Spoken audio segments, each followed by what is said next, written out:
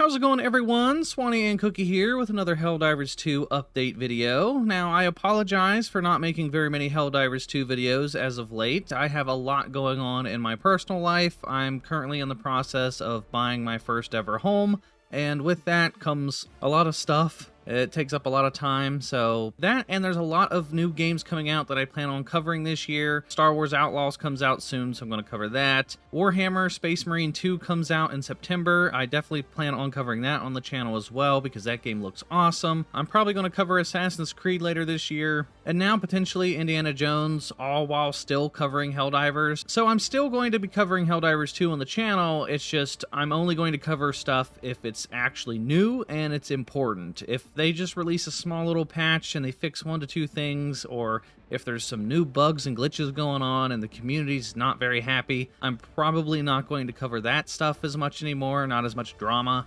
Unless it's just really big drama and it's really important and affects the overall game, I'm probably not going to cover it on the channel anymore. But I'm still going to cover like new war bonds, new weapons, new stratagems, balancing changes, that kind of stuff. I'm just not going to make a video every single time there's like a new major order. So for those of you that subscribe specifically for Helldivers 2, if you see me uploading videos on other games, that's kind of just how it goes on this channel. I cover whatever games I'm currently playing at the time, and this fall has a lot of games that I'm going to be playing. So if you see me uploading videos on other games and you think that I've given up on Helldivers, that is not the case. It's just, you know, I don't only play Helldivers 2, I do play other video games. Alright, so now that all that is out of the way, now I want to talk about what's going on in today's video. And, well, the developers have surprisingly been very active today on Discord. They did a little mini Q&A that was unannounced, and in that, they answered a ton of community questions, and they gave us quite a few hints about what's to come in the future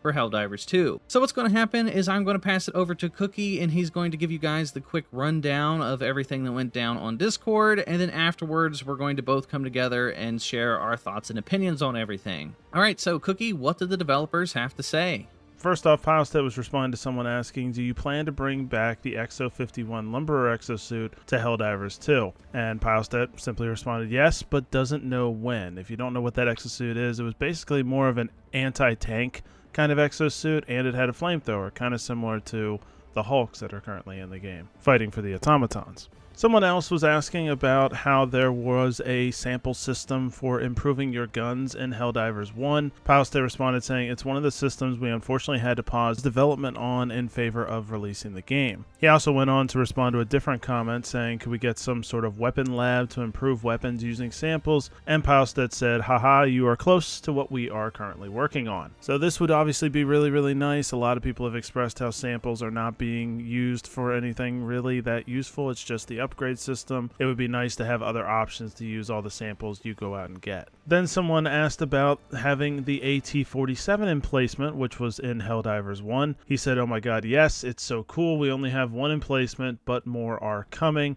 So the AT-47 emplacement, kind of like the exosuit mentioned earlier, is an anti-tank emplacement and can be very useful for killing Chargers, Bile-Titans, Hulks, things of that nature. Someone asked about a pre-saved loadout. Pilestedt said yes, that's in the works somewhere. Someone also asked about customization. Pilestedt said yes, customization is an active discussion. Before that, he actually said that the team is currently working on a color mod system, same as the vehicle patterns, except you can use it for armors.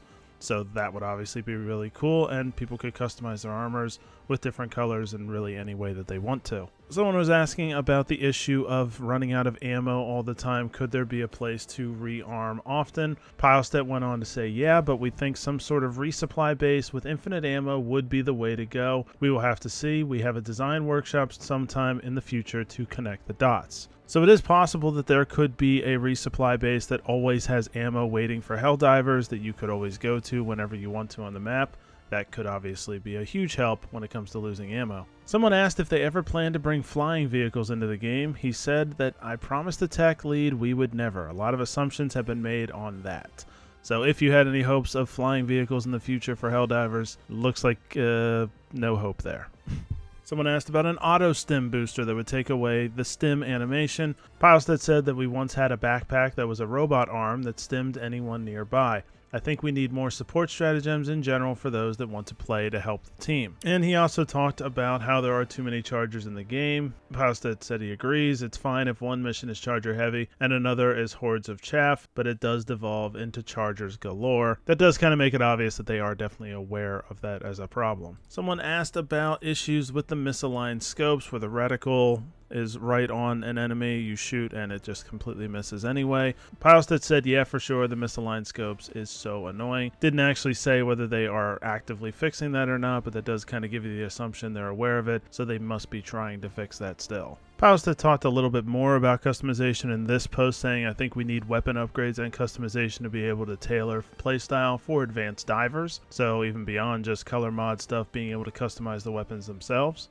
And then both the CCO and the CEO talked about the test servers that they're still planning on putting together. Someone asked if they will be able to join, or is it like a closed beta thing with a limited player base. Pilestedt said it will be a restricted group of active users and some sort of NDA will be attached. We don't want spoilers for those that aren't testing. He's also responding to another comment about it, saying we will have an experimental server at some point. It's being worked on. And then the CEO, Shams Jorjani, said we're taking a new big look at QA, as in testing, to help the team succeed more. We're looking to hire senior testers. Please apply if you're a rockstar QA. So if you are a QA and you're interested, this is your invitation. There was also a little bit of talk about collabs, and both of them did actually respond to questions about it. Someone asked if there was a collaboration with Deep Rock Galactic or Coffee Stain potentially coming. Pilestedt said, while we are looking to do collabs, I think it's most important that we improve the state of the game and the quality of our updates. And Shams actually responded to someone saying, is there a chance of any collaboration with Warhammer 40k, which is coming out in just a couple of weeks? He said, we are all huge 40k fans and talk to them all the time, but no promises. So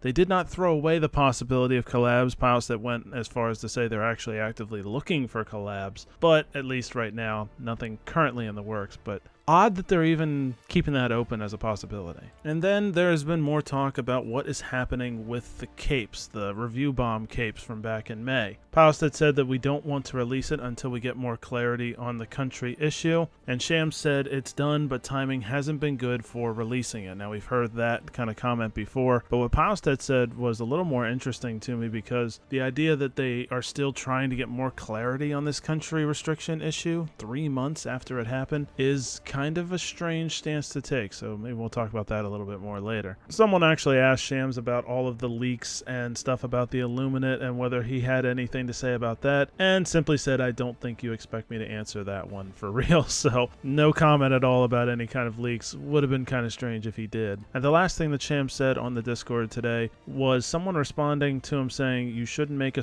live service game if you can't have people in the office to make content for it. That comment is talking about all of the vacations that the Arrowhead development team was on during the month of July and August, and Shams said that next summer will be different, so I'm assuming that means that they will have a different vacation system for next year, or potentially just hire more people so that there isn't ever like an empty office situation like Arrowhead had this time around. So that's those are the big posts that we wanted to point out, and yeah, lots to discuss. Yeah, I agree. The thing that stands out to me the most out of all this is probably the pre-saved loadouts. I think that is very interesting. I've wanted that since the very beginning.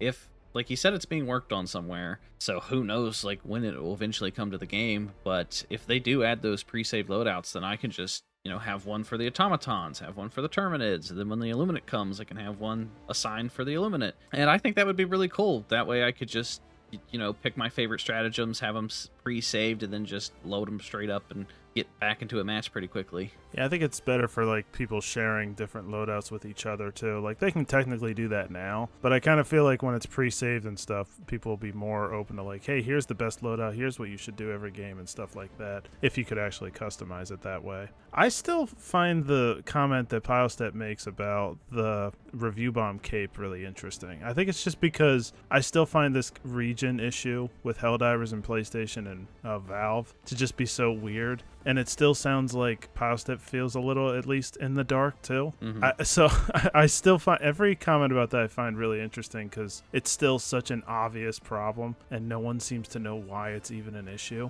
Mm-hmm. I just find that very, very strange in general. So we might never get that cape. Yeah, but what I also find it really interesting that neither one ignored the question. Like, they both responded to it, the CEO and the CCO. So they don't want it to just fade into oblivion and just pretend like it never happened, which is what I would figure if they're being pressured by Sony. That would be the issue. But Yeah. they're still talking about it. That whole thing is just very interesting to me. But it might not really affect the game very much. But it sounds to me like there's definitely a disconnect. Like I think at the beginning, like when they partnered with them, it's probably like, hell yeah, we're partnering with Sony. This is great for our company. And then once the game came out, they realized, okay, Sony is doing a lot of stupid decisions that we don't necessarily agree with at Arrowhead. And there's definitely a disconnect. And the fact that it's taking this long is pretty concerning.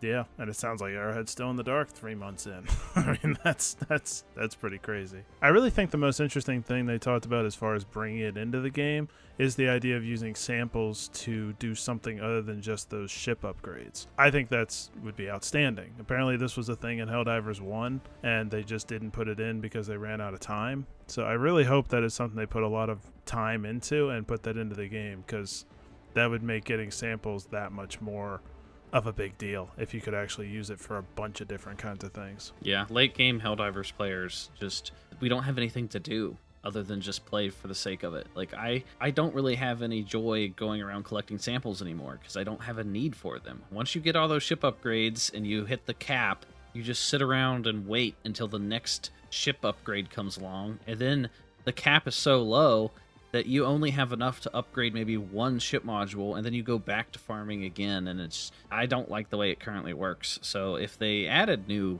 weapon attachments or weapon upgrades, that would make some of these crappy weapons, maybe they would be actually viable if you got some of the upgrades with samples. So there's a ton of stuff that they could do, maybe new attachments and different scopes, and the sky's the limit with this. So I would love to see that come to the game. Yeah, even for non-late game Helldivers, like these astronomically high sample prices for some of these ship upgrades, it'd be nice if they could reduce that a little if there was more options to do samples. Like, I feel like they're just gigantic prices because there's nowhere else to put your samples, and they don't want people to be in your situation where they have no need for samples anymore.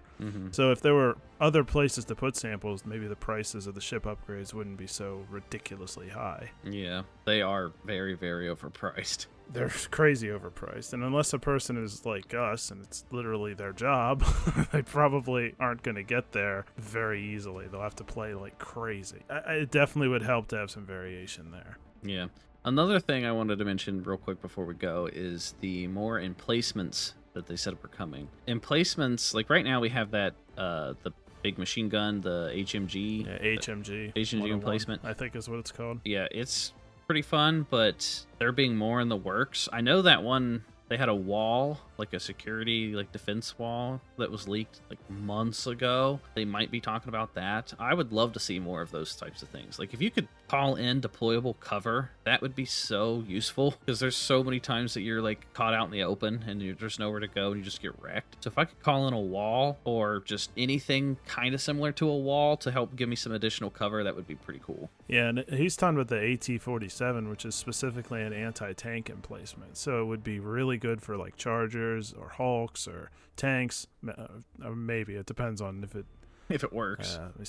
Yeah, like armor penetrating, I'm assuming it would have to have, or else it'd be useless. But the anti-tank emplacement would be outstanding, or maybe you have one with rockets. There's all kinds of capabilities of what they could do with that. But yeah, that's definitely something they need to look into. I don't know how deep in the process they are on any of this stuff, really, though. Well, they did say recently that they got that 60-day plan where they're going to get the game fixed, and they're going to change chargers, and they're going to change balancing, and they have this plan. So I would assume that most of this stuff that he mentioned today is probably like being worked on behind the scenes. So it could be months before we get this stuff. But if this is their plans going forward, obviously they've listened to the community, and we've requested a lot of these things, and it sounds like they've taken that feedback and they're working on adding this stuff eventually. So I would say in like a year from now, once this game is finally fixed and they get their shit together and they start adding all this stuff, this sounds like it's going to be a completely different game in like a year from now. Like they're probably going to add the Illuminate. We're going to have tons of new stratagems,